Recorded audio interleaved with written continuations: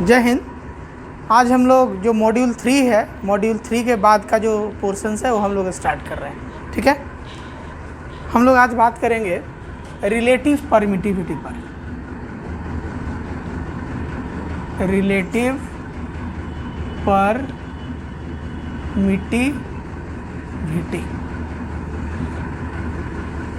Relative permittivity को हम लोग एप्सिलॉन आर से लिखते हैं। ठीक है, when two charges kept in air, when 2 point charges are kept in air, equation हम लोग क्या लिख सकते हैं? F equals to 1/4πε0 Q1 Q2 by R square, इसको 1 मान लेते हैं। ठीक है, and for a medium when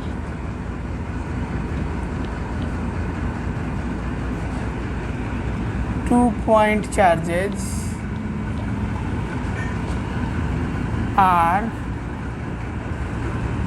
kept in a medium,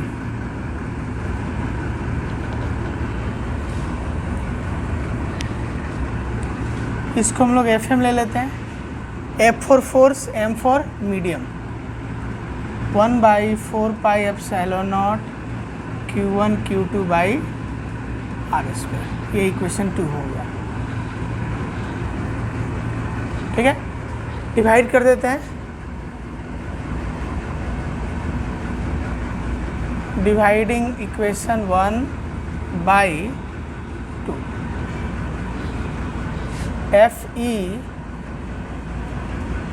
F by FM equals to 1/4πε0 Q1 Q2 by R square divided by 1/4πε0, here it is epsilon R also for a medium, epsilon naught epsilon R Q1 Q2 by R square, Q1 Q2 4πε0 epsilon R into R square divided by Q1 Q2 4πε0 into R square, that must be cancelled. Q1 Q2 Q1 Q2 4πε0 R square, क्या बचेगा? Epsilon R, और F by FM equals to epsilon R, और epsilon R equals to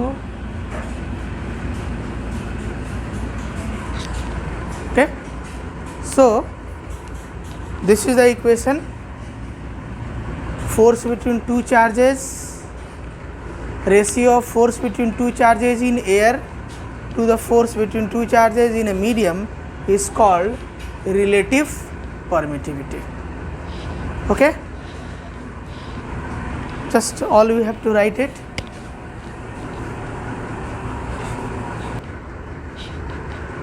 ठीक है, epsilon R, तो इसको बोलेंगे ratio of force between two charges in air to the force between two charges in a medium is called relative permittivity.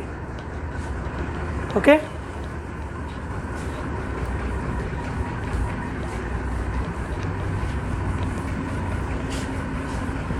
Notes हम description box में पहले ही डाल दिए हैं, वहाँ से नोट्स आप लोग लिख सकते हैं।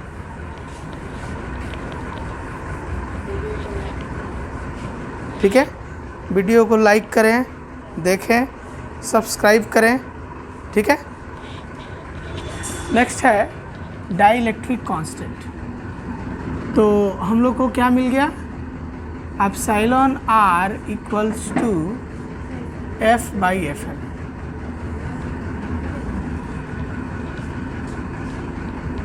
hence force between 2 point charges in air to the force between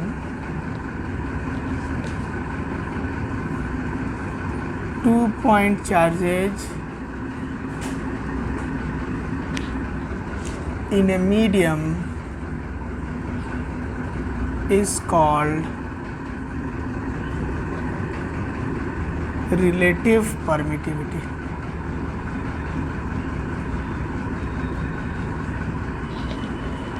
ठीक है, is unitless and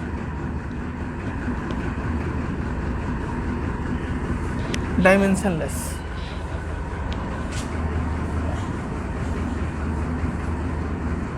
Epsilon r depends on medium. Okay, next is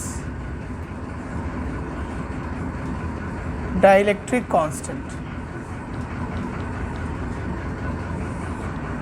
Dielectric constant can be represented as K. So K को हम लोग क्या लिख सकते, K has same equation F by Fm. Therefore epsilon r equals to K. Okay, value of K equals to infinity for metal, K equals to 80 for water, K equals to 39.1 for glycerine, and K equals to 7 to 10 for mica. तो हम लोग यहाँ देख रहे हैं कि depends on medium, यदि nature of medium change हो रहा है तो K का वैल्यू चेंज हो रहा है। तो चूंकि K भी किसके बराबर है, एप्सिलॉन r के बराबर है, तो यदि हम डाइलेक्ट्रिक कांस्टेंट को डिफाइन करने बोलते हैं तो इसको भी इस तरह से लिख सकते हैं, force between two charges in air to the force between two charges in a medium is called dielectric constant. Okay,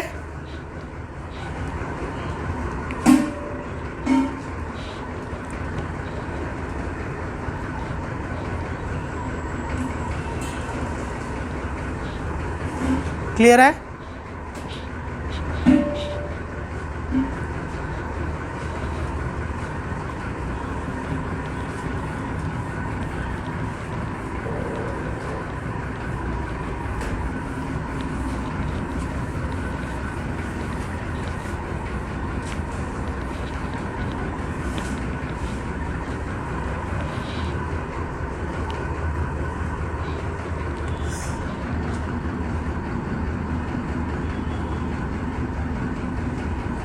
Important points.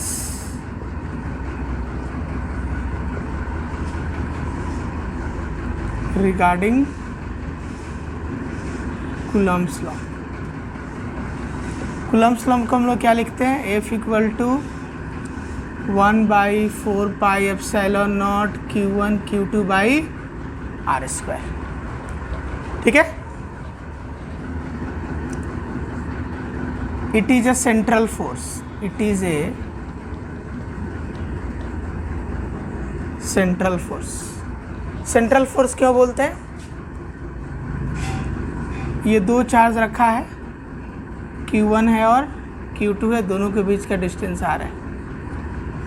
ठीक है, तो ये दोनों को सेपरेट करने के लिए, ये दोनों को कनेक्ट करने के लिए जो फोर्स लगेगा, यदि मान लो ये प्लस है ये माइनस है, तो दोनों को ये अट्रैक्टिव होगा। तो ये acts along the line joining the centre of two charges, दो चार्ज को जोड़ने के बीच में ये फोर्स लग रहा है, इसलिए इसको सेंट्रल फोर्स बोलते हैं। और क्या बोलते हैं? It is a conservative force. It is a conservative force. Conservative force का मतलब है कि work done does not depends upon the path followed. जो पाथ हम लोग फॉलो करते हैं उसके ऊपर ये डिपेंड नहीं करता है, इसलिए हम लोग बोलते हैं कूलम्ब्स लॉ और electric force is a conservative force. It obeys inverse square law. Inverse square law मतलब ऐसे इसको बोलते हैं, it depends on it obeys inverse square law. मतलब यदि f ज़्यादा होगा तो r कम होगा, या f कम होगा तो r ज़्यादा होगा। इसको हम लोग बोलते हैं इनवर्स स्क्वायर। इनवर्स है मतलब f is inversely proportional to distance, square भी है इसलिए इसको बोलते हैं inverse square law. It obeys Newton's third law of motion. Newton's third law of motion, जिसको हम आगे बताएंगे।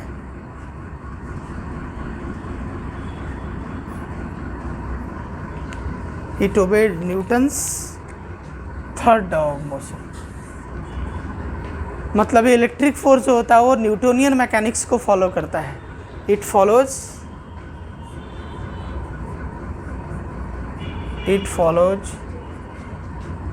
Newtonian mechanics.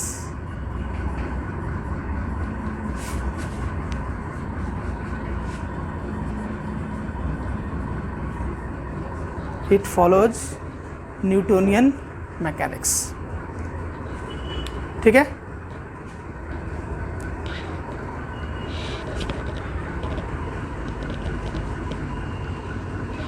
it follows Newtonian mechanics. So these are the 5 points which is an important one for the electric force or Coulomb's law of electrostatic force. ठीक है,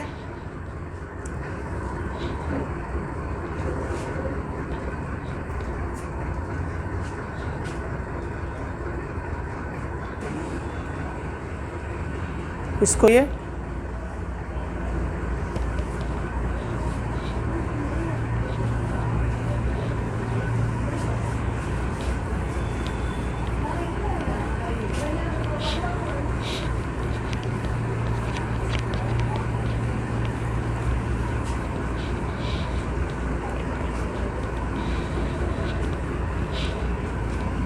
एक question पे हम लोग बात कर रहे हैं। Calculate minimum force between two charges kept at 1 metre. दो चार्ज है और दोनों चार्ज को 1 मीटर के डिस्टेंस पे रखा गया है। यहाँ पर एक चार्ज है और एक चार्ज है, ये दोनों को 1 मीटर के डिस्टेंस पे रखा है। बताना है कि इसमें कितना फोर्स लगेगा, कम से कम कितना फोर्स लगेगा। तो सबसे पहले तो हमें बात करना है कि मिनिमम चार्ज क्या होता है। Okay, minimum charge is charge of an electron. याद होगा क्वांटाइजेशन में हम पढ़ाए थे Q इक्वल्स टू क्या होता है, Q इक्वल्स टू n ही होता है। तो n का मिनिमम वैल्यू 1 होगा, तो n का मिनिमम वैल्यू होगा तो Q इक्वल्स टू क्या हो जाएगा, E हो जाएगा। और E का वैल्यू कितना होता है 1.6 इंटू 10⁻⁻19 कूलम होता है। ठीक है, तो ये इक्वेशन ले लेते हैं।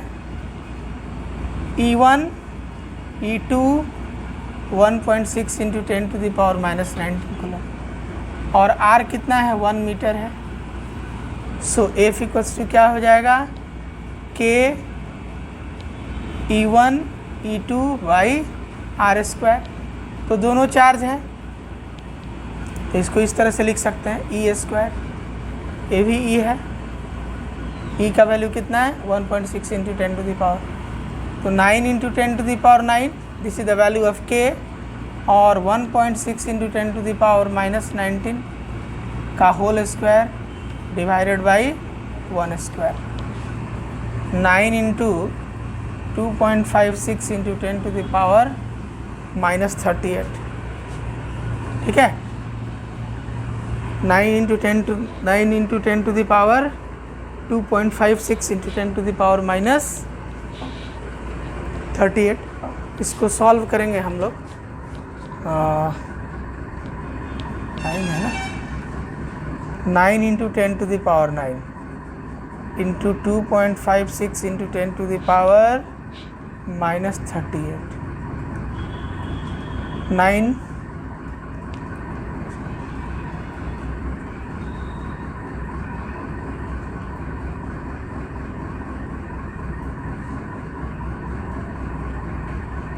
23.04 into 10 to the power -29. So F equals to 23.04 into 10 to the power -29 Newton. This is the minimum force, ठीक है। मिनिमम फोर्स का जब भी बात करेंगे तो इलेक्ट्रॉन के बारे में बात करेंगे, ठीक है। Electron that is the minimum charge किसी बॉडी पर। मैक्सिमम चार्ज तो कुछ भी हो सकता है, लेकिन minimum charge that is charge on electron, तो इसको 23.04 इज़ नेग्लिजिबल, तो इसको लिख सकते हैं 23 इंटू 10 टू द पावर -29 और 2.3 इंटू 10 टू द पावर -28 भी। उसको डेसिमल्स को इधर उधर शिफ्ट करके उसके वैल्यू को हम लोग अल्टर कर सकते हैं, but the value remains the same, लेकिन उसका वैल्यू क्या होगा, सेम, ठीक है। आगे बढ़ते हैं हम लोग।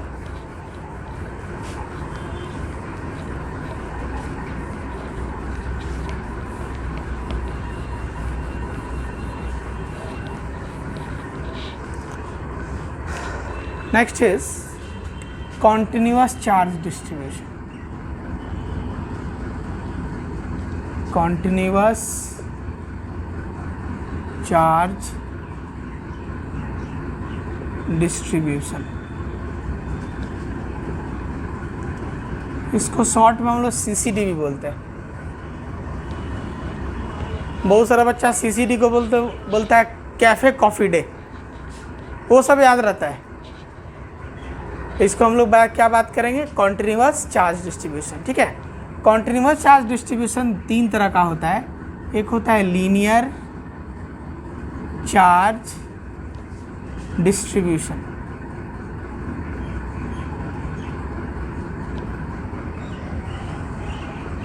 ठीक है। यदि चार्ज को हम लोग एलोंग द लेंथ बांटते हैं, ऐसे, यदि चार्ज ऐसे बटा हुआ है, इसका लेंथ L है और चार्ज Q है, ठीक है, तो when the charge is distributed along the length is called linear charge distribution, ठीक है। And the law by which, जब लॉ जिसके अनुसार चार्ज को हम लोग बांटते हैं, that is charge per unit length, charge per unit length is called linear charge density. इसको शॉर्ट में LCD भी बोलते हैं, और linear charge density is denoted by lambda, तो ये हो जाएगा Q/F, ठीक है। अब मान लो ये रॉड है, इसको हम एक रिंग में कन्वर्ट कर लेते हैं, इसको एक रिंग में कन्वर्ट कर लेते हैं। कन्वर्ट कर लेंगे तो इसका सेंटर हो जाएगा, रेडियस R होगा, और चार्ज इस तरह से बढ़ जाएगा। जब उसको रिंग में बदल लेंगे तो इसका इस तरह से कन्वर्जन हो जाएगा। तो अब L को हम लोग क्या लिख सकते हैं, 2πr लिख सकते हैं, जिसको सरकमफ्रेंस बोलते हैं। तो लैम्डा इक्वल्स टू क्या हो जाएगा, Q/2πr, ठीक है। इसका यूनिट क्या होगा, चार्ज है तो कूलम, लेंथ है तो मीटर, कूलम पर मीटर। इसका डायमेंशन क्या होगा? डायमेंशन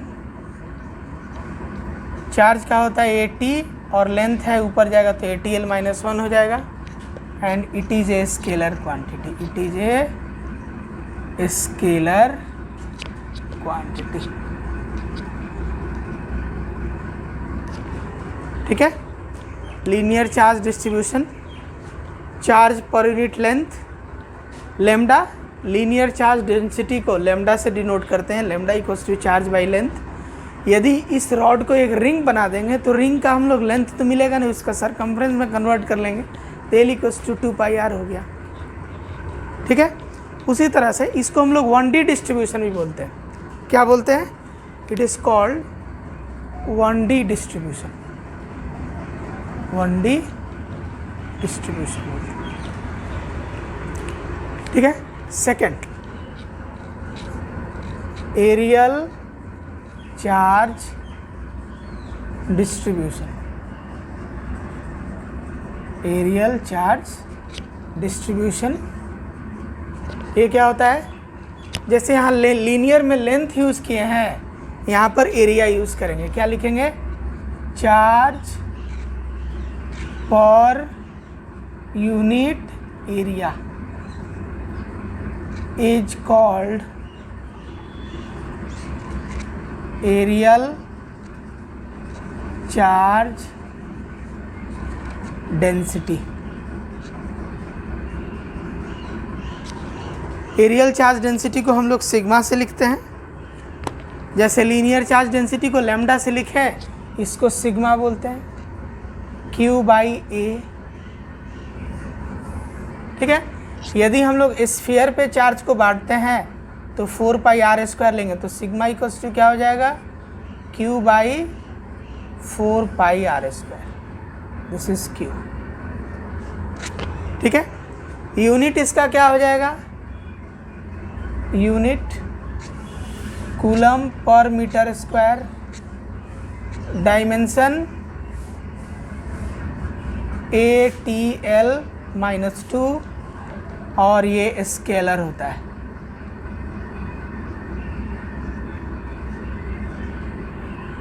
ठीक है। और इसको हम लोग क्या बोलते हैं? 2D डिस्ट्रीब्यूशन बोलते हैं इसको, 2D। Linear charge distribution is one dimension distribution, areal charge distribution is 2D, 2 dimension distribution. ठीक है। ये क्या होता है? Charge per unit area. Aerial है तो एरियल वर्ड कहाँ से है? एरिया। तो चार्ज पर यूनिट एरिया इस called areal charge density. Areal charge density का सिंबल ये होता है सिग्मा, इसको सिग्मा बोलते हैं। तो चार्ज बाई एरिया लिखे हैं, सिंपल ये फॉर्मूला होता है। लेकिन मान लो चार्ज स्फीयर पे बटा हुआ है, स्फीयर के ऊपर हम लोग डिस्ट्रीब्यूट करेंगे, तो स्फीयर का एरिया क्या होता है? 4πr²। If r is the radius, तो सिग्मा इक्वल्स टू Q/4πr²। ठीक है। इसका यूनिट कूलम, एरिया का होता है मीटर स्क्वायर, मीटर स्क्वायर ऊपर जाएगा तो कूलम पर मीटर स्क्वायर हो जाएगा। डायमेंशन ATL-1 है इसका, इसमें हो जाएगा ATL-2। और इसको स्केलर क्वांटिटी मतलब एरियल चार्ज डेंसिटी जो होता है वो स्केलर क्वांटिटी होता है। ठीक है। आगे बढ़ते हैं थर्ड डिस्ट्रीब्यूशन के लिए।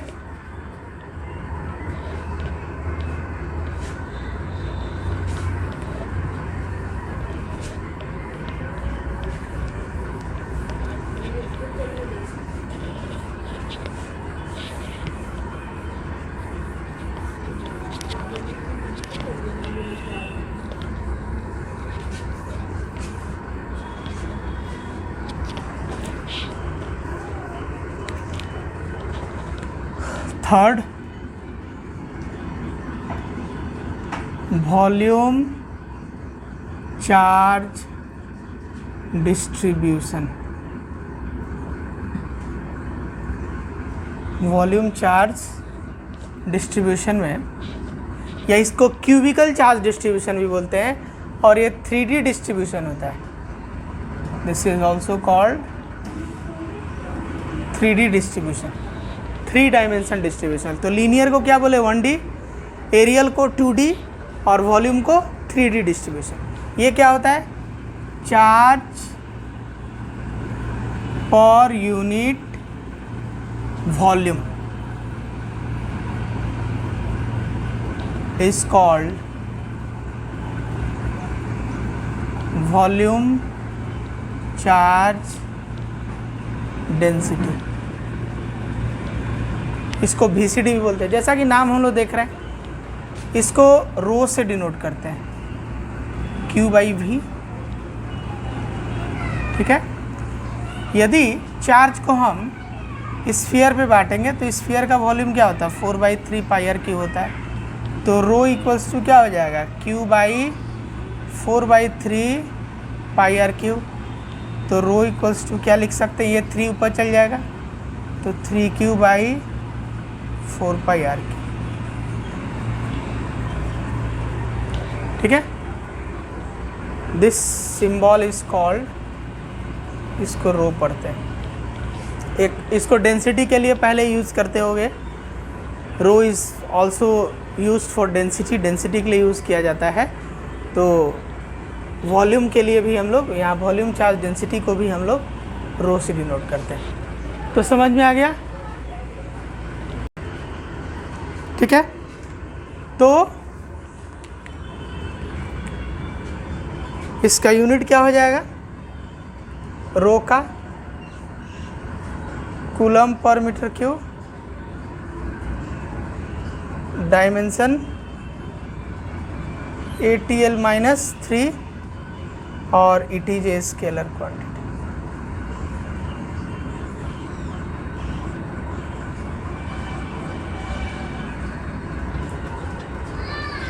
ठीक है। तो हम लोग यहाँ क्या दिखे, लैम्डा इक्वल्स टू क्या लिखे, Q/L। फिर सिग्मा इक्वल्स टू Q/A। फिर रो इक्वल्स टू Q/V। ये हम लोग अभी किए। ठीक है।